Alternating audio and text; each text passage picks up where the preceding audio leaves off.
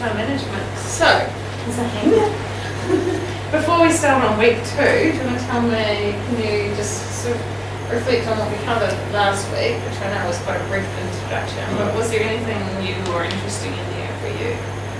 I'll just think about how HR can drive the direction of the business heads and like how they treat and mould employees can sort of have a bigger impact on business than what some people might believe. Yeah, sure. Yeah. So really, thinking about that higher level input that HR has to offer to the organisation. Hiring, firing, recruiting. Yeah, so they do all the operational side of it, making sure that you've got recruitment and selection in place, but also giving advice to senior management teams and things as to how we can best, meet the organisation's strategic objectives through, utilising appropriate HR policies and practices. So operational HR, that was people that actually type up the job description. Yeah, sure. Yeah. Operational HR would be taking care of, managing the recruitment process, managing the selection process. It would be, just making sure line managers are doing performance appraisals and things. That's a lot of the operational side of it. So we're talking about this administrative or day-to-day tasks of the functions of HR. When you're talking strategic, you're talking about how to HR design policies and practices that aim to align the HR staff, staff skills and abilities with the long-term goals of the organisation. So they're actually thinking, what are the long-term goals of the organisation? What is the environment that we're operating in? And how can we actually contribute to achieving those big picture goals? So, there are sort of approaches HR can take. Firstly, they have to be involved in senior management team at high levels, so they have to be treated as part of the strategic planning process. But then they have to be able to show that actually, if we have this remuneration strategy or we have this training and development strategy, then that's going to have this and this effect in the long term. So really taking it to that next level. So this week last week we did start talking about HR planning. That was the sort of introduction to that topic and looking at strategic HR management. This week we're going to carry on talking about HR planning, and we're going to focus here on what they call the macro levels, so the big picture levels of planning in the organisation. So really looking a little bit at the sort of external aspects of the organisation, and also in your course, in this information that gets up on Moodle this week, it says also about the micro level, which is talking about writing job descriptions and person specifications. I'm actually going to save that for when we start looking at job analysis, because that job analysis process really feeds into job description and person specifications. So I'm going to focus this week just on, the big picture. How does the organisation's environment affect its HR planning? What is the process of HR planning? How do we do that? And how do we actually, staffing is such an unpredictable thing. I can't predict that so-and-so is going to go off and get married and want to move to Christchurch, or that so-and-so is going to have an accident and fall under a bus. You can't predict those things. Well, you got to be ready for that. Yeah. I suppose that ties into what we just did. So the video we were watching change management. Remove my cheese. Remove the cheese. Yeah, it's a good one. Yeah, that was I started watching it and I'm like, where's this going? Why are we talking about mice? Really? Cheese. I know. What's that got anything to do with change? Exactly. But then as it went on, I'm like, yeah. He's actually got that book in the library if you are inclined to read it. It's quite a very simple read, obviously, but certainly relevant. But yeah, we have to be ready to adapt to change and plan for, I guess, as much as possible, plan for the future and whatever might be unpredictable about that. So how do we cope if that particular key person in an organisation goes off? So we'll talk about the labour market, internal requirements and succession planning. If you want a definition of HR planning, we're talking about the systematic process there of analysing the human resource needs under changing conditions and integrating those with the development of personnel policies that will appropriately meet those needs. Okay. So we've got to somehow match the individual with the organisational needs in terms of, I want this work, the organisation needs this work done, and that means that we have alignment about what do we do when there's perhaps a gap between what needs to be done and the skills or abilities of people involved. Okay, so if we look at the page 73 then, you just see this particular, I'm sitting right, can you even see this? No, yeah. Well, I've got the... You've got the PowerPoint.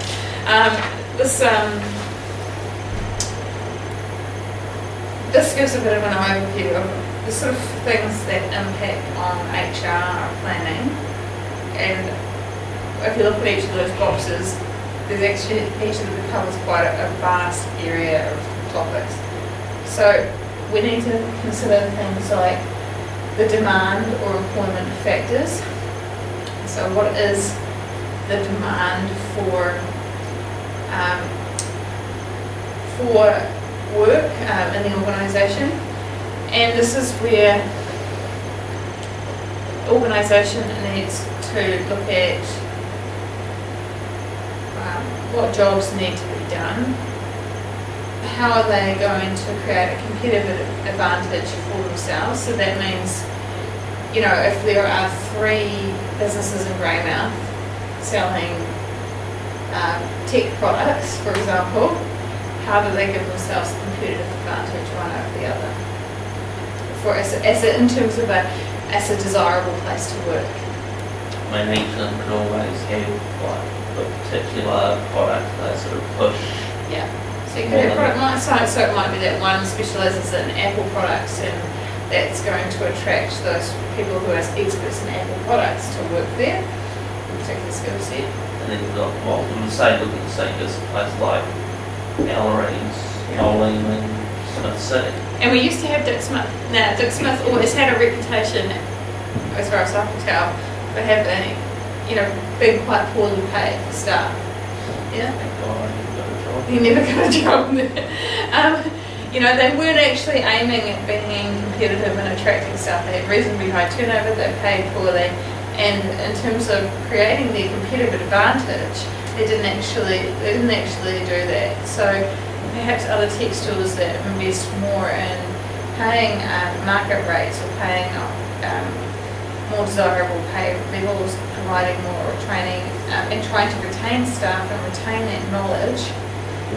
Because what's the problem with a place like Dick's? Like when you walk in there, there's one person there who doesn't know anything about the products that they're selling. Or you ask for a particular piece of technological gadgetry and they don't know what you're talking about. So there is quite an involved training process for working in that kind of industry. You want people who are reasonably knowledgeable. Yeah, it's like I said, you've got to have sufficient remuneration for some.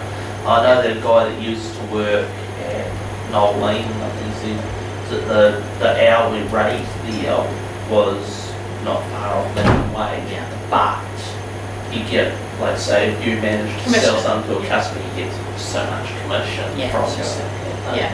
So they incentivise people to be good at sales people. So that's creating a sort of their competitive advantage. So we'll pay you a base rate. You may not earn a lot that way, but if you're good at the job, then you'll do better. Motivates people exactly. hard.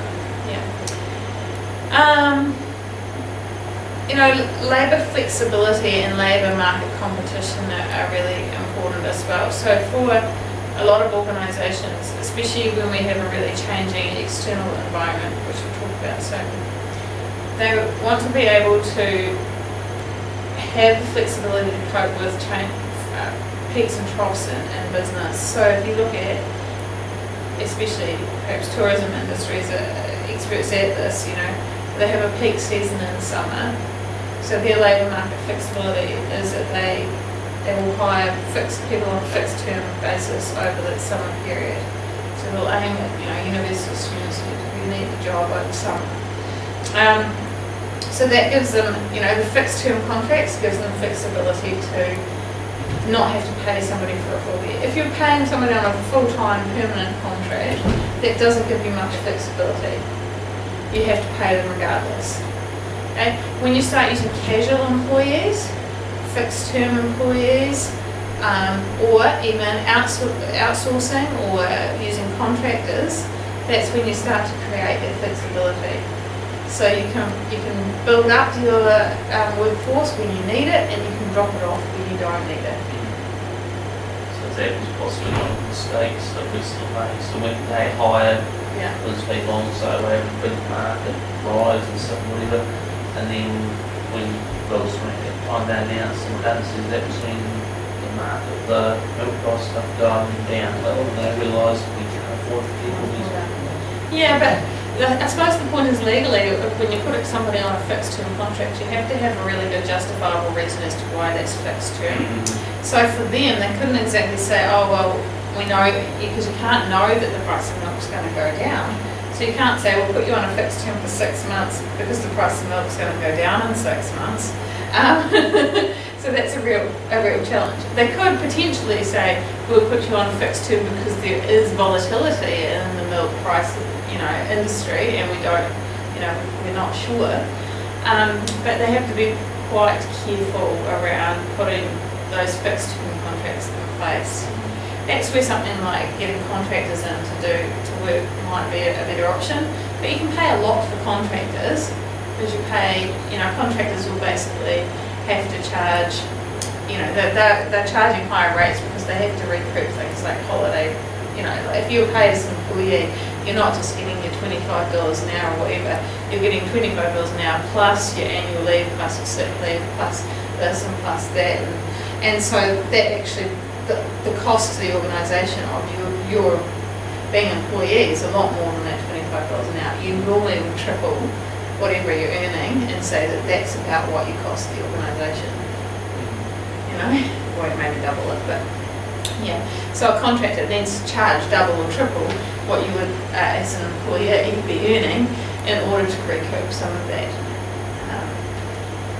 So contractors may be seen as an expensive option, but they certainly offer that flexibility that can be required to change your workforce at will. We've also, labour market competition. It does depend if there is competition in the industry or if there isn't.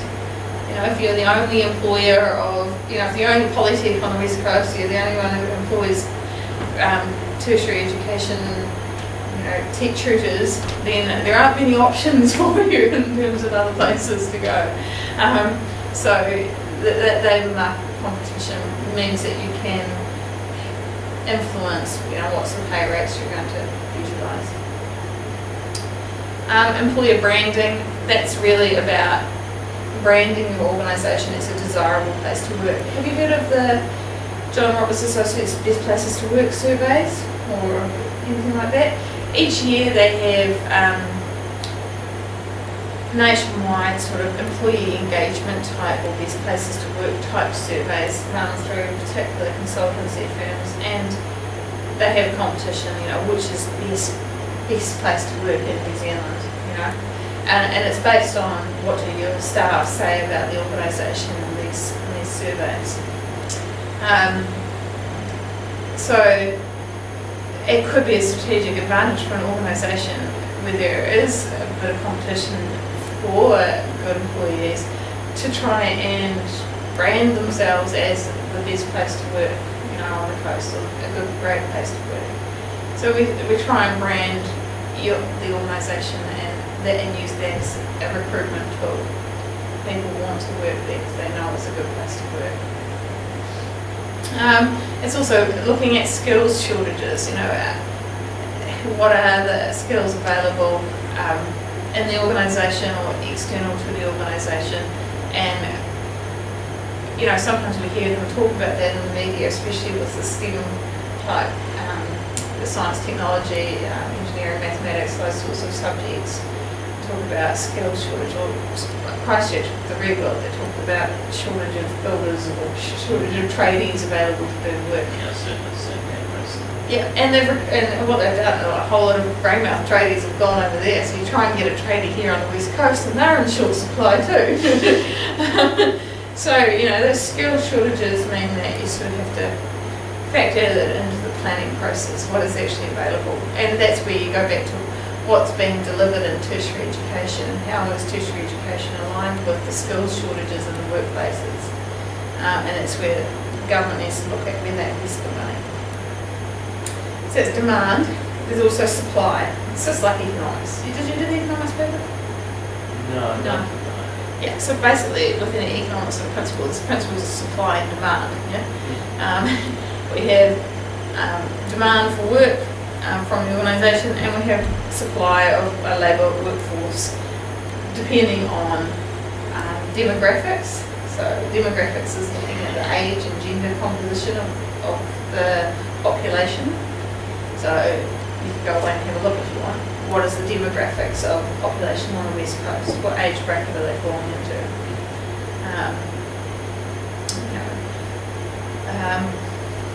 So and aging, and currently we have that aging population.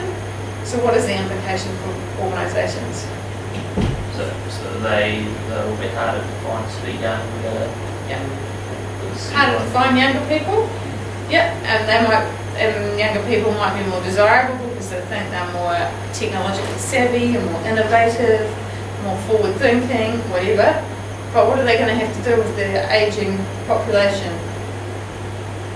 Maybe retrain, engage somehow, offer flexibility in the work. Okay, you don't want to work full time anymore. How about doing part-time hours? And we'll give you some training on how to use this particular software so that you're capable of doing it.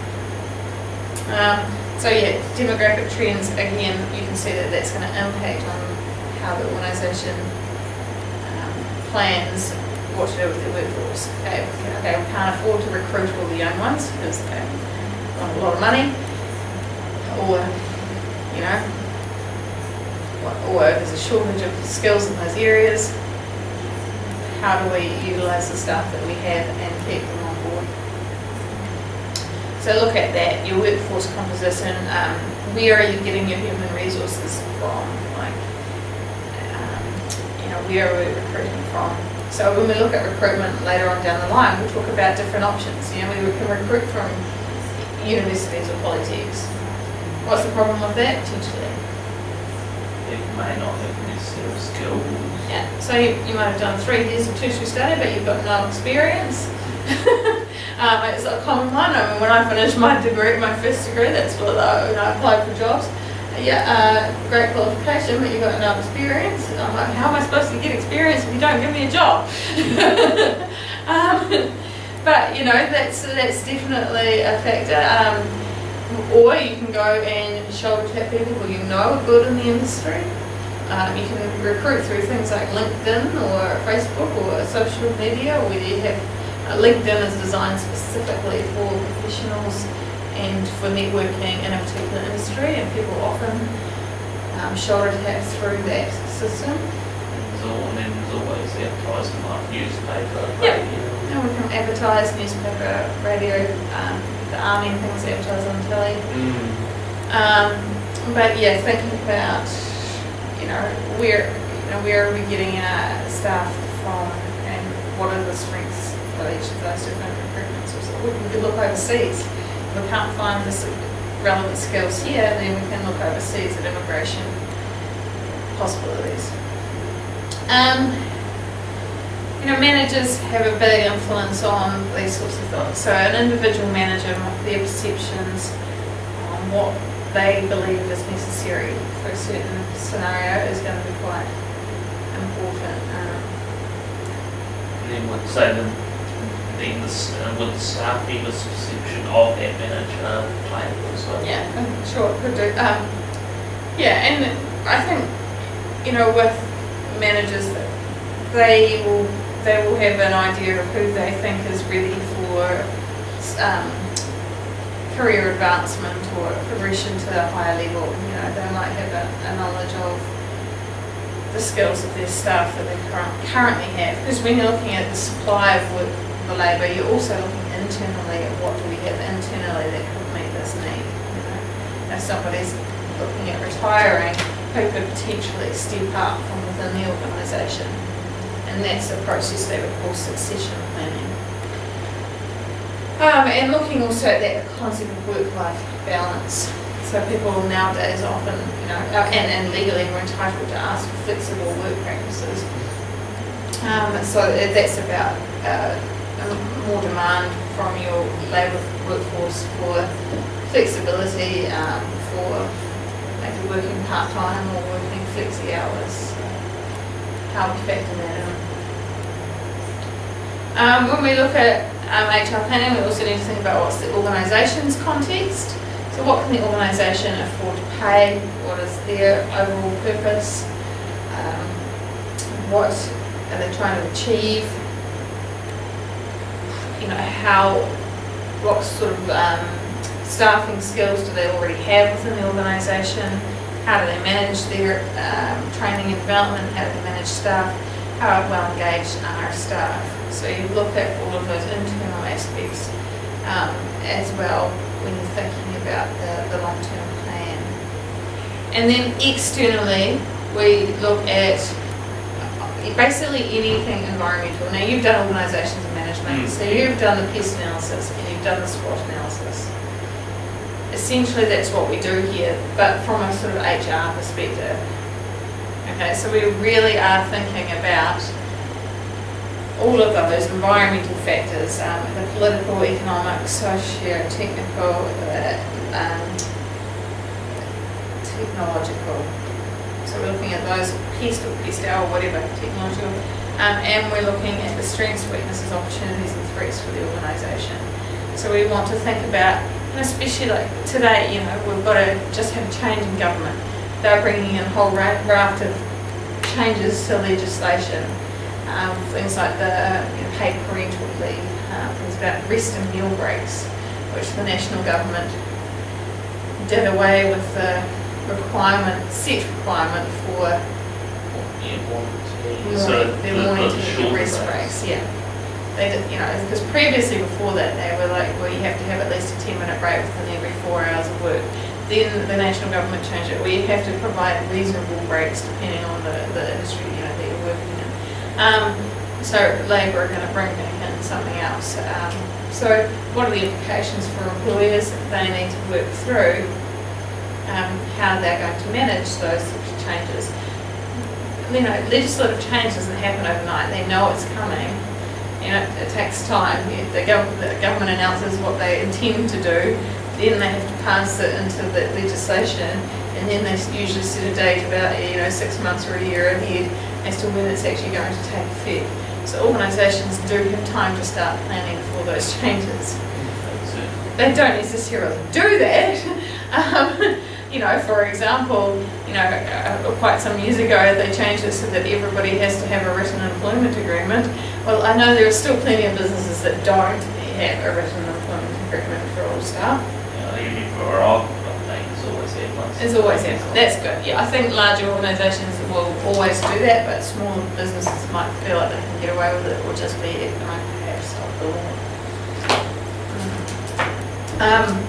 So you look at that external context, and things like our immigration policies, which the Labor government are changing again as well. Unemployment rates and organisation in the labour market.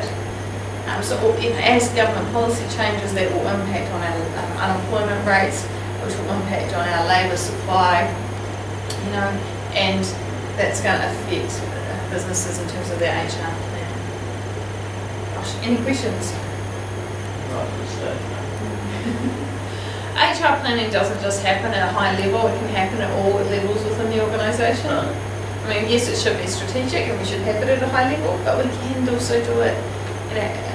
Line managers should be quite aware of what their future HR needs are going to be. Yeah. I mean, like look at Ian and I as a prime example. Ian's, I don't know, 70 something, due to retire at some point. Yeah. Oops, I gave away a secret. No, I honestly didn't even think it was that. I'm pregnant, due to go off on maternity leave. Congratulations. I honestly Thank you. So there should be some HR planning happening here in terms of, you know, who's going to take over from me when I go off on maternity leave, who's going to take over from Ian when he or if he does decide to retire.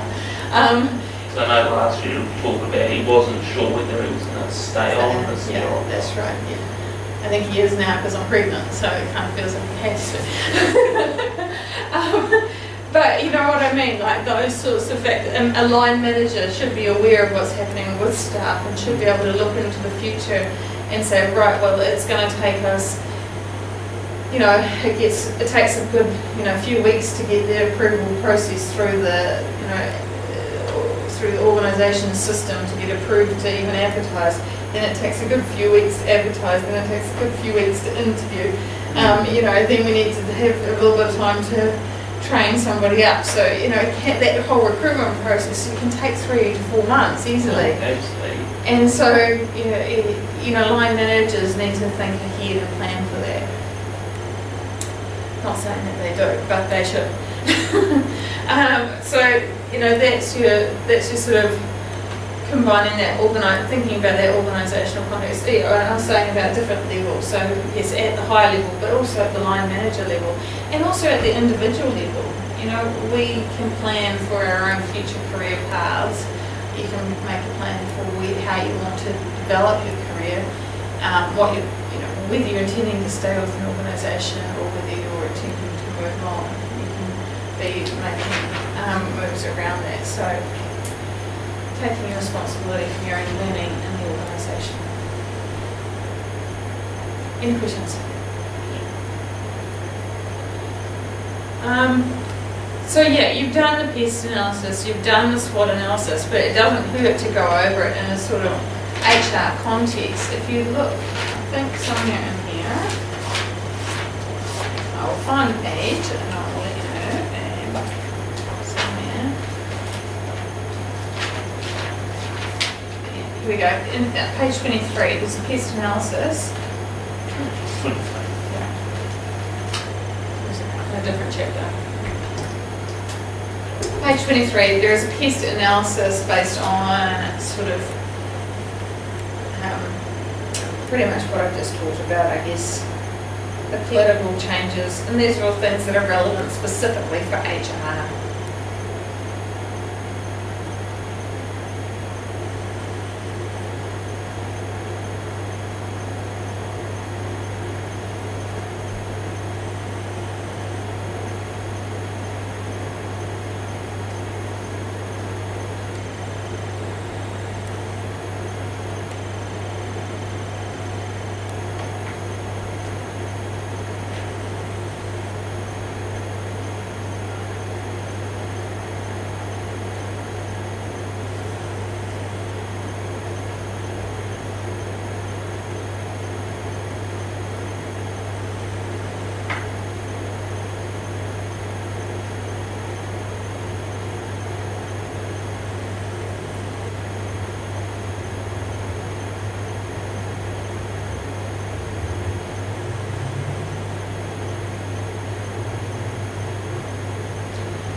So once the organisation identifies what the issues are that are actually happening, then they need to think, well, what's the flow-on effect for us and how are we going to deal with that? You know, it's not just being aware of what's happening, it's about actually actively planning. What is the likely impact of this issue on the organisation? Which parts of the organisation will be affected? Which HR policies could be affected? How will they be affected? And how could we respond? The next part is that SWOT analysis, and there's an example on page 25 for the SWOT analysis.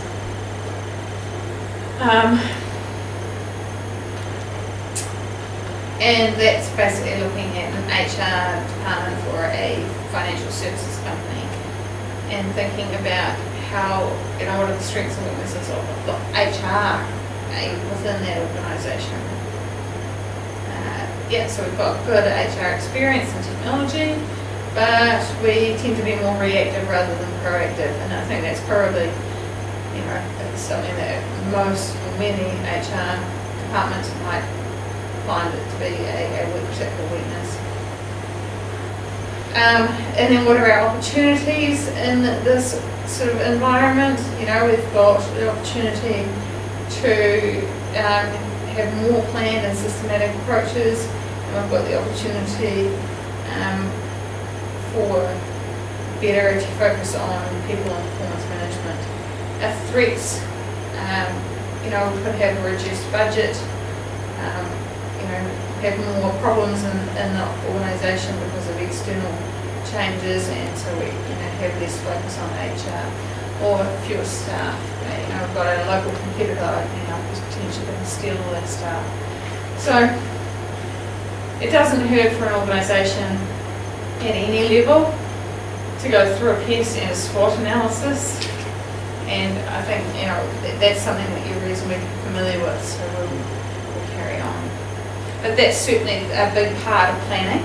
Oh, absolutely. Yeah, because without knowing or thinking about those factors, it's hard to know what to plan for. Okay. So what do you think the HR planning process actually involves?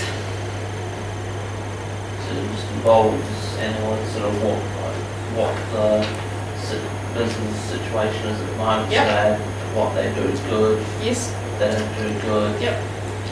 What sort of things outside the business sort of have an effect on them, and how How can they respond to how that? can they adapt to internal external changes. So it's really about thinking, what is our overall goal here? What are we hoping to achieve? What is our HR availability? Do we have no staff, or we're a brand new business and we've got no staff whatsoever? Or we're a reasonable small sized business and we've got 5 staff with these key skills and abilities and qualifications. That's our HR availability. What are our HR requirements in order to achieve the new strategies and plans?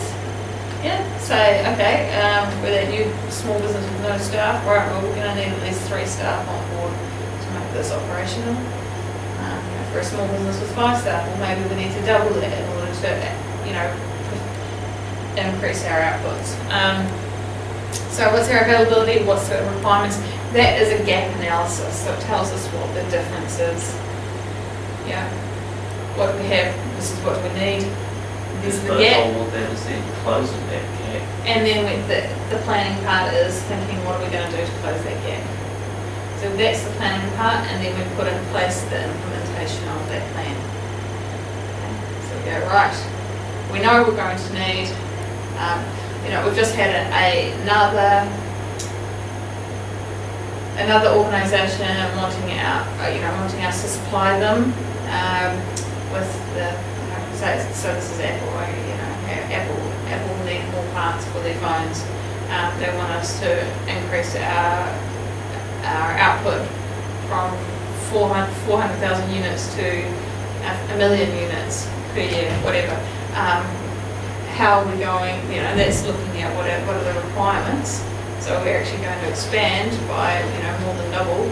So we need to think, okay, well, what level of staffing do we need to create that increase in output?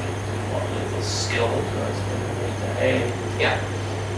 How are we going to attract them? How are we going to track them? Can we do it with existing staff by working more efficiently? That's potentially another, could be that, okay, we need to produce another 500,000 units. If we change this and this and this, then we will be able to improve, we don't necessarily need to double the number of staff around, but we could actually produce that extra 500,000 units by only adding another, 20% of staff. If we can improve streamline our processes and improve our efficiency. So that's sort of a scenario where you identify, a whole different it might be assumed, oh, well, we need to double our output, or therefore we need to double our staff. That's not always the case. It might be that you move from working 9 to 5 to doing shift work for that particular organisation, and operating around the clock. So in terms of the different steps of that process, assessing, there are particular things you can do at each stage. So assessing the availability requires quite a bit of analysis to find out what the current human resources are likely to be. So assessing your HR availability, page 76, they talk about taking stock.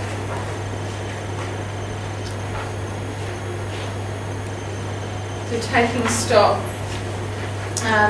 is about having a bit of a database of staff and knowing, age, gender, what their skills are, what their qualifications are, what their history is, performance information and everything. So have a bit of a database about staff, bearing in mind the Privacy Act, so you have to be careful how that information is stored. But knowing what you've got is an important first step. You might not know that your tourism tutor is also an excellent business tutor, and when your business tutor leaves, that actually the tourism tutor, because he currently hasn't got a full-time workload, could pick up the business side of it as well. You don't necessarily know those sorts of things without having that database there. You can do workforce profiles, so looking at the age distribution and sex distribution of your staff, and at different levels, so managerial versus others. And that will help you to sort of plot, thinking about have we got an ageing workforce in the organisation, how are we planning for that? Or have we got an unequal sort of gender split within the organisation, and can we better utilise our female staff somehow so that they do end up in those higher level management positions?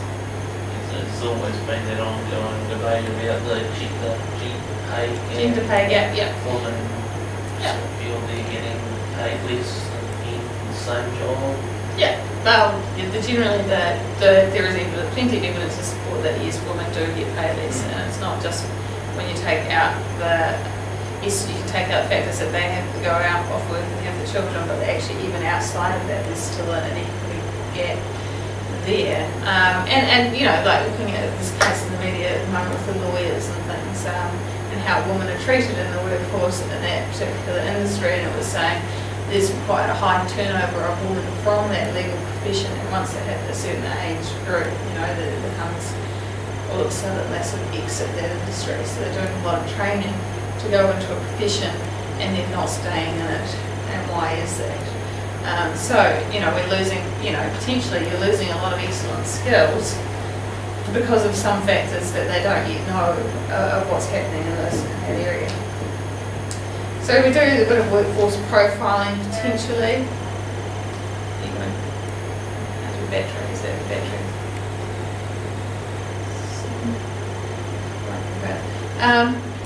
But also things like turnover analysis. So as an organisation you can benchmark your turnover, you can track your turnover.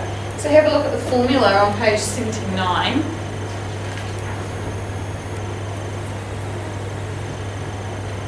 And that allows you to calculate a turnover rate. So the number of people who left during the year divided by the average number of employees in a position during the year times 100 gives you the turnover rate. Can you do that? Try this activity on page 79.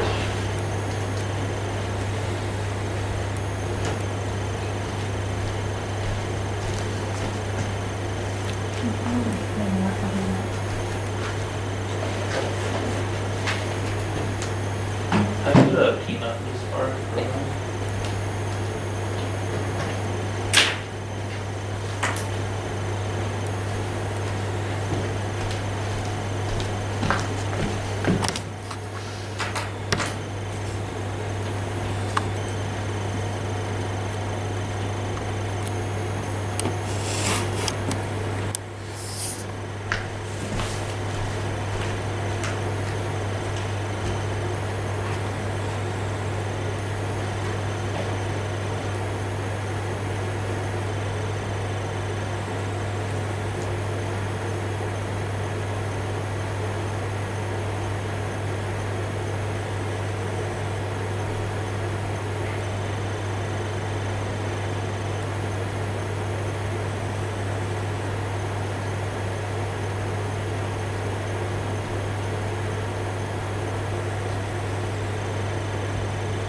that's the activity there. It says by 31st March 2010, the number of 432 employees. So we're assuming that those 132 people have been working there for at least a month. What doesn't actually matter, it's about how many they've got. Yeah, they've had at least 12 years from And it's really Yes, sorry, what did I know? turnover from our account, turnover was 12% and the latest stability index was 88%. Yeah, 12.76%. Oh. Just a minute. Because we go, the number who left during the year, so we go from 150 to 132, so how many left? 150 minus 132 is 18. Okay, and the number of years, it's the number of employees, average number of employees in the position during the average number of employees, so that's 150 plus 132 equals that divided by 2. Oops, like that one. 150 plus 132 divided by 2, 216. Oh, So 18 divided by 216 equals, that times 100.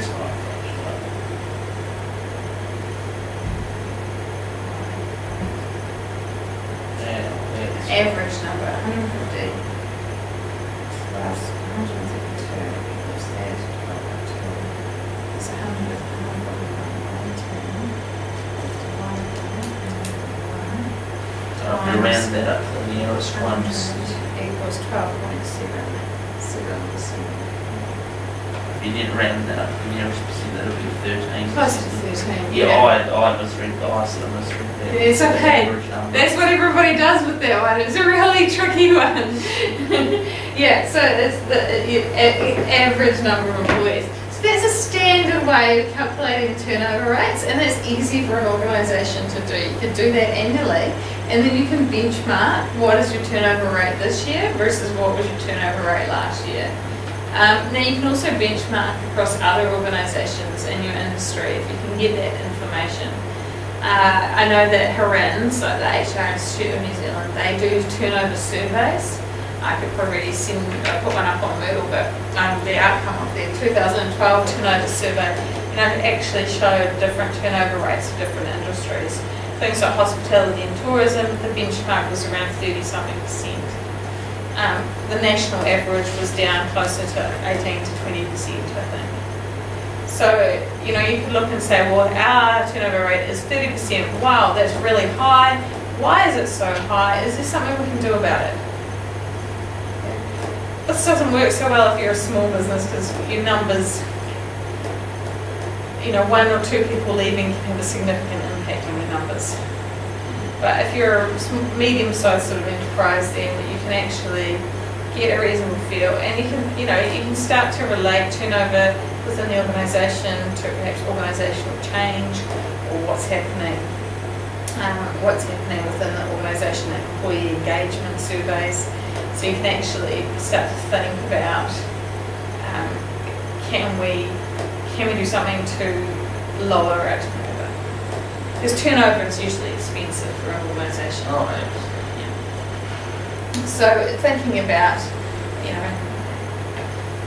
planning for that turnover as well is important. So you can actually use that data to know, well, this is what our turnover rate's likely to be, and there's the implications of that. So that's part of assessing availability. You also can look at things like replacement charts and succession planning. I think they talked about those. Plug in. Right, I'll plug in.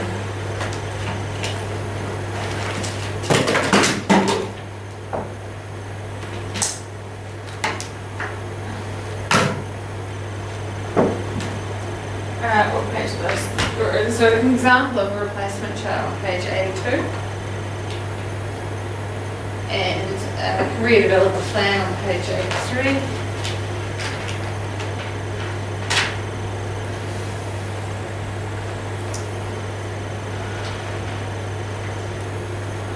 mean, succession planning is a bit, it's a great tool for allowing people to develop their skills and knowledge so that they feel like they have career progression opportunities within an organisation. It's like saying, right, we recognise that Zane has got good leadership skills, he's been doing a business qualification. We're going to, we know that the current manager is set to leave or likely to leave within the next 5 years. Let's focus on training Zane up to take over that management role and getting him the skills and knowledge he needs to be able to do that. Okay? So it's identifying people with potential in the organisation. In a public sector organisation, you still have to advertise jobs. Okay? In the private sector, you don't have to, but public sector, you have to legally advertise jobs as they come up. So you can't actually promise that person that job, but you can say, look, if you apply, we'll help you develop the skills and abilities that you need to give you the best opportunity to win that job when it does come up. And it can be a really good way of showing people that, there is that idea that we can improve job satisfaction and employee engagement when people know that there's a career path for them in place, that they all have an opportunity to develop and to learn and to move up. And we already talked about HR databases and workforce profiles, but that's also that other key aspect there with the HR availability. Any other thoughts around how we can identify HR availability and current availability? Pretty much covers a lot, doesn't it? So when you come to forecasting HR requirements, there we were talking about, there's a few specific tools that you can use there. We talked about environmental, scanning, which is doing your PEST analysis, doing your SWOT analysis, being aware of the environmental factors that are going to affect the staffing requirements in the organisation. You can also do things like trend projection and ratio analysis. So have a look at activity 1 in your handout there.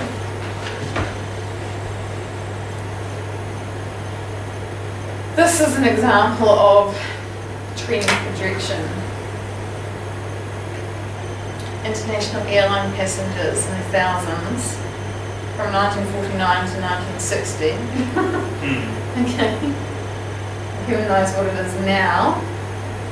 But looking at that, how does that information about the number of international airline passengers help the airline industry predict their HR needs?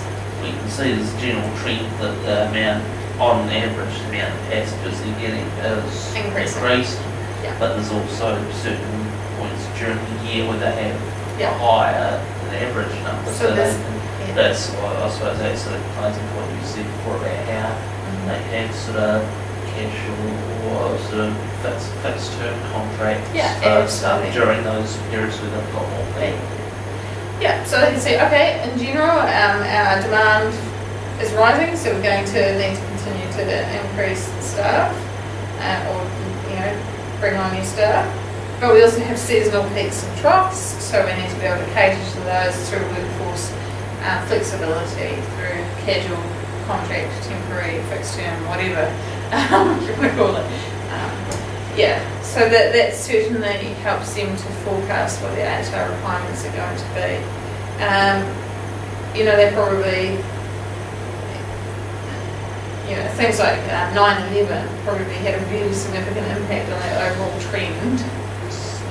I think after 9/11 happened, the number of airline passengers, domestic airline passengers in the US dropped significantly, and the road toll went up significantly.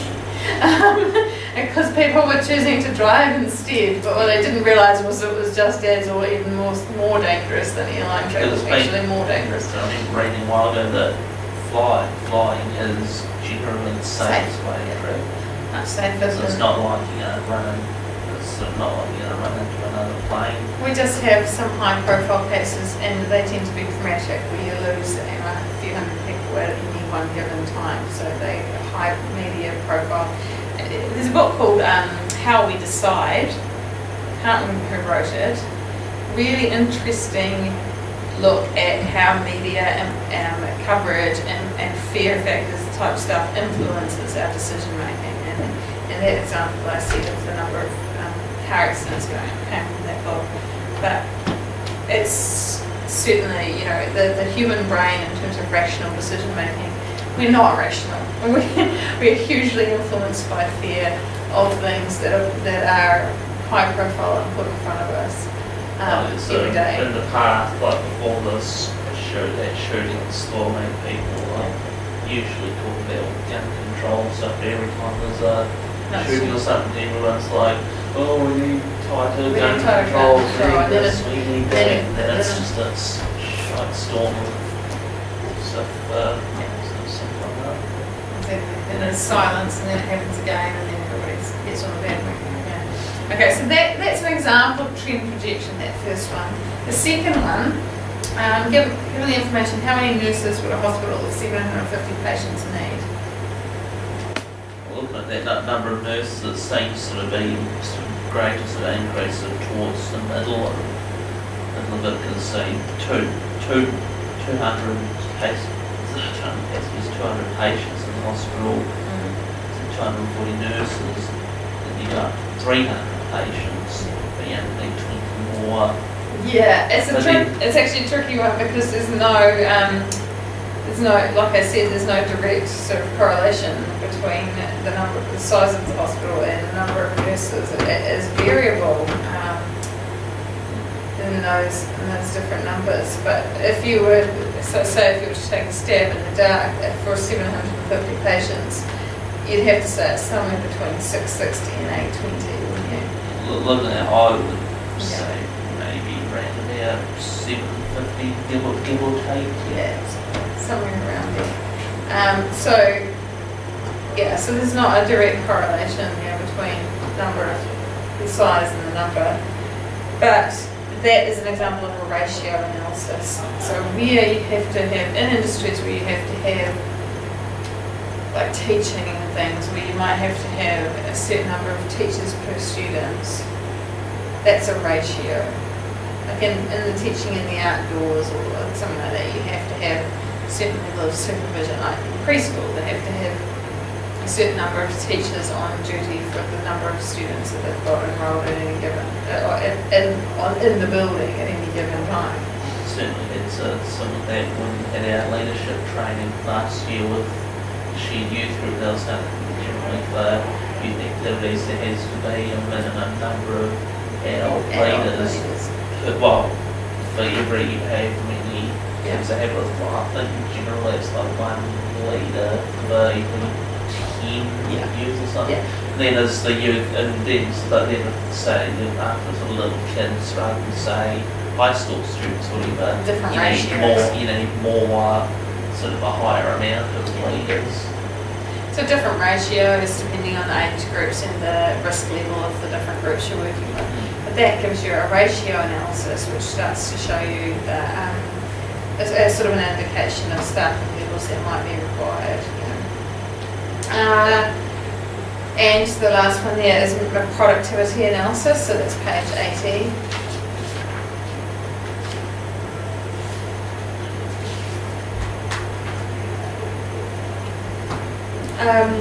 And that's where you start to measure, labour productivity per output. You might look at the average cost of production per employee, or average output per employee. And so like a company which makes 100 widgets using 10 employees has better labour productivity than one which produces 100 widgets with 20 employees. So you start to look at your labour productivity as another benchmark for your efficiency in that particular industry. Here at Polytech, in the education sector, they benchmark against other Polytechs. So they collect data from us every year and they say, right, this is how many teaching staff you have versus how many teaching hours you delivered, and they compare that with the same for other qualities across the sector. So they actually will benchmark your productivity based on the staff student ratios. So, that's productivity analysis can be really, if you've got data like that you can measure in the organisation, it can be really helpful to sort of understand how you're tracking in terms of the efficiency of your utilisation of your current HR, but also the thinking if we're going to grow the business in any way, then what are the implications for our staff and levels there. Make sense? So we've done assessing HR availability, we've done forecasting HR requirements, and that last part was action planning. Okay.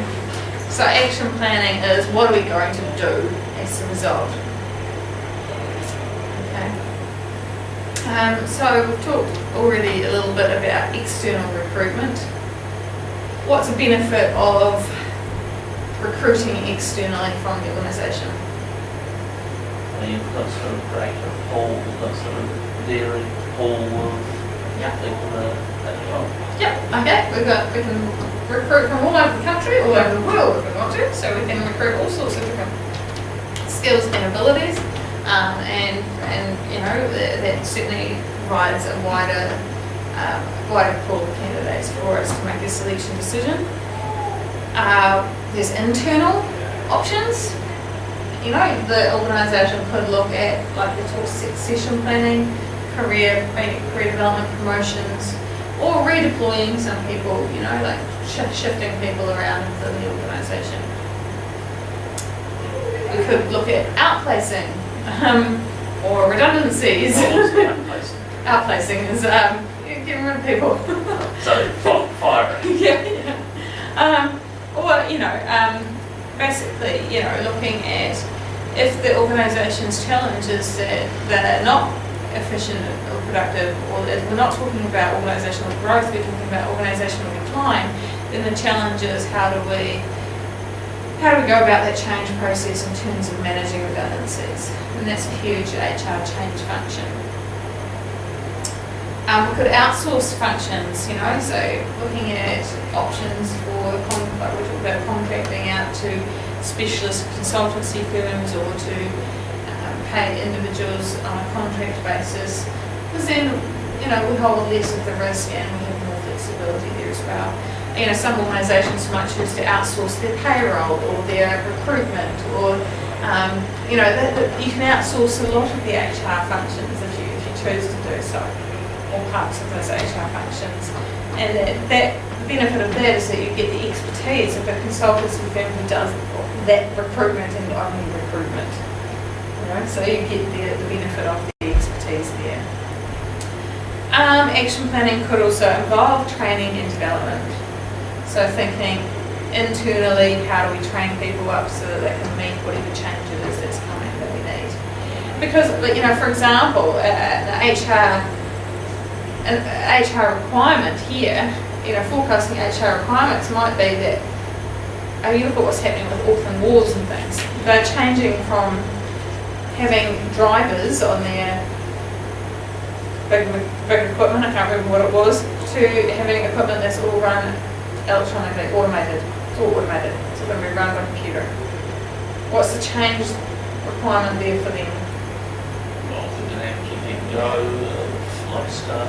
Let go of a lot of the staff who are just drivers, and or they could try and retrain them and redeploy them into being the computer operators who drive, who program the equipment to do what it needs to do. Is that viable? It'll depend on the skill set that they have there. So they could look at training or redeployment of those particular staff, or they could say actually none of them are going to meet those skill sets, so we're going to have to let go of all of them and recruit a whole different skill set of people, and maybe a smaller set of people. Artificial intelligence and self-driving trucks are happening. Yeah, so I think that was one of the things we covered in one of the papers we did last year. I can't forget what it was. Yeah. Truck drivers might be in denial about this. They think that their jobs are secure. It is not the most secure industry to go into at this point in time. it is happening, it will happen. Auckland Wharves case is, the Ports of Auckland is proving that, and it's only a matter of time before these trucks are self-driving. So it'll be interesting how that goes. So that's essentially overall HR planning process, going back to that model. Strategies and plans, what's the requirements, what's the availability, what's the gap, how do we fill that gap? And, I stopped at action planning, but implementation and putting that plan into action is where HR also provides a really crucial support to the organisation in terms of providing guidance around best practice, policy, legislation as to how to manage that change. You want to make people redundant? Well, we have to go through an actual process to do that, legally.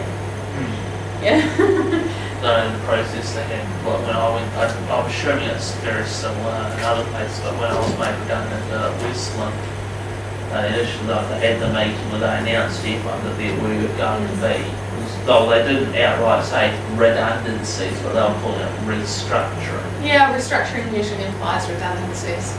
And then they met individually with people who were affected, said, look, this is what's happening.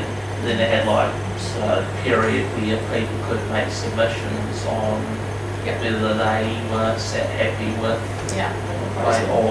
or if they wanted to make a counter proposal, and then they come to a final decision. So legally they have to provide an opportunity for consultation for those people whose jobs are affected by proposed change. And also they're sort of obligated to provide support for you through that process. So they would have probably offered you employee assistance program support, like counselling services. They had one lady from I can't remember the name of the organisation she was with, but they had workplace support or something. She'd come down. Margaret Role or something like that, come down. I think Julie. There was a lady, her name started, first name started with Jane. A lot of stuff don't need that, but they need to provide some, and they might need to provide some training on writing your CV or applying for jobs. Well, I actually had that sort of outspoke, so I didn't have this from Westland itself, but then Edison Gould, which I had sort of interview training, also got a professional CV done up through there. Yeah. So, the organisations sort of need to show that they're making an effort to manage that change process in a way that minimises harm to the employees involved. Yes, they're losing their jobs, but we've got to make this the nicest possible process as what we can. And give them an opportunity to consult. So that's pretty much the overall HR planning process. What we need to do with this information is to go away and start on assignment 1, and that is basically you have to develop a human resource management plan for a specific organisation, and you need to present it professionally using APA referencing. So if you have any questions about APA referencing, I know you have done it before, Zane, so you should be right. Ian, let me know if you need help with that. There's guidelines on our library website as to how to do APA referencing. And our librarians are very good at helping with that as well. So you can, basically that's just acknowledging the sources of the material that you write about. But I haven't actually printed out a hard copy of it, but it is up on Moodle, or it will be by the end of the day, if I haven't put it up there already, this assignment for you to start with. Okay. So there's also other activities for this week. Read chapter 10 and 11 of your textbook if you haven't already. Complete forum posts 2 and 3. They're both worth 1% each. So your forum posts are worth quite a lot for this particular course, so just keep chipping away at them. Try and conduct your own research to find examples of HR plans, so do some Googling.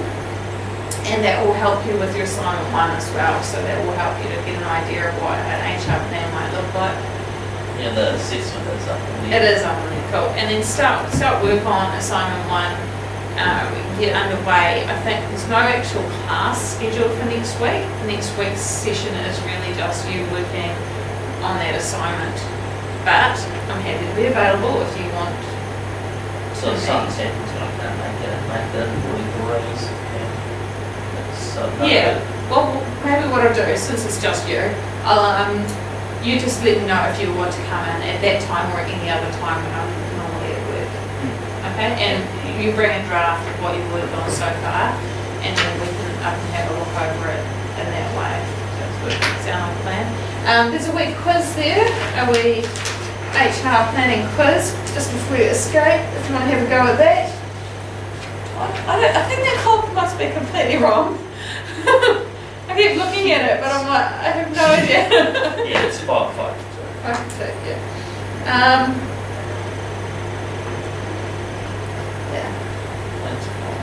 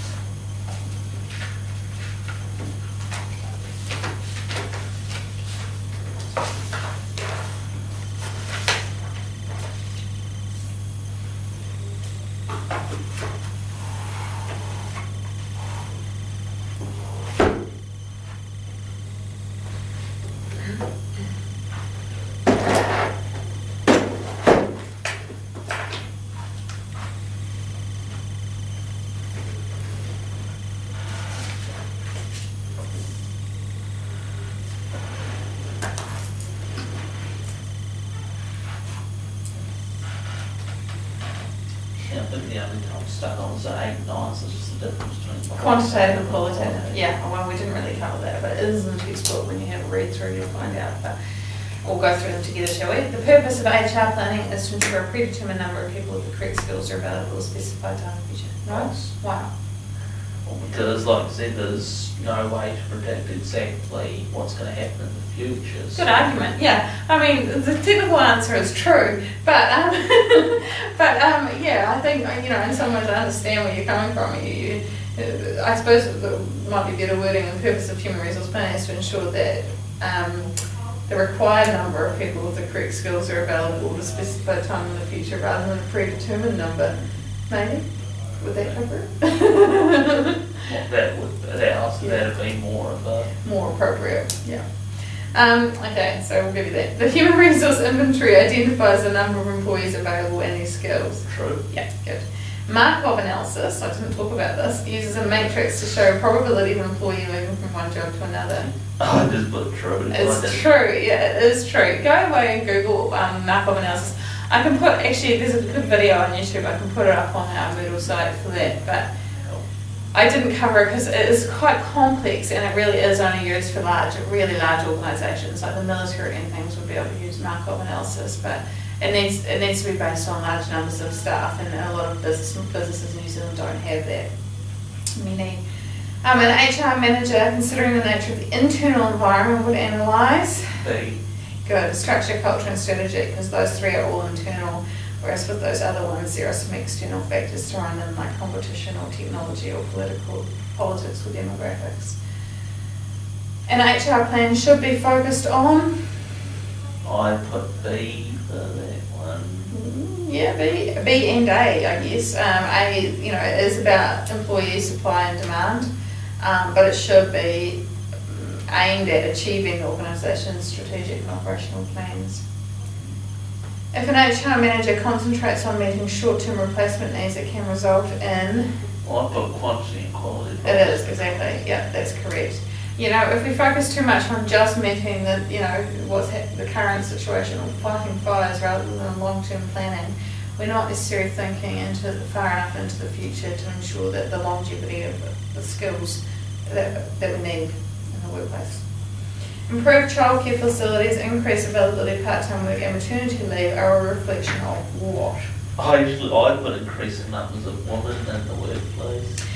Yeah, I think that is true, but it's also about changing social attitudes towards work, and the attitudes are changing because the makeup of the workforce is changing. There is a greater number of women participating, but yeah, and that's led to change in social attitudes.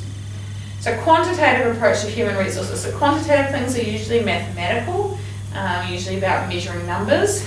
So that'd be C. Statistical and mathematical techniques. Versus qualitative. Qualitative methods are usually looking at more subjective approaches or opinion-based or survey-based, where we're collecting people's attitudes or perceptions about something. A, then the expert opinion to predict. Yes, expert opinion to predict the future needs. And expert opinion, qualitative, that's a perfectly legitimate method. You should be able to ask a manager in an organisation, they should be able to reasonably predict what's going, some of the HR needs that they're going to have in the near future, in the long-term future. The number of people who leave an organisation due to resignation, retirement, death or disability, retrenchment or termination is known as labour turnover. Replacement charts are used to identify... Incumbents and potential replacements. Yes, good, excellent, very good. And to accurately forecast availability of external HR resources, the HR manager must respond and monitor and respond to... I put C for that one. So I was sort of torn between B and C, really. Yeah, totally. I can't even remember which one's the correct answer. To accurately forecast the availability of external HR manager must respond and monitor and respond to... Something that I would say business strategies are internal. Changes to skill requirements would be internal. Demographic changes and changes in government regulations would be external. So you had to be more B then, wouldn't it? B, I would think B. So B. B and D, yeah, I would give you both. Very good. All right. Well done. So that's it for today. That's it for today. I think that's should be enough to keep you going. And like I said, just if you have any issues with that,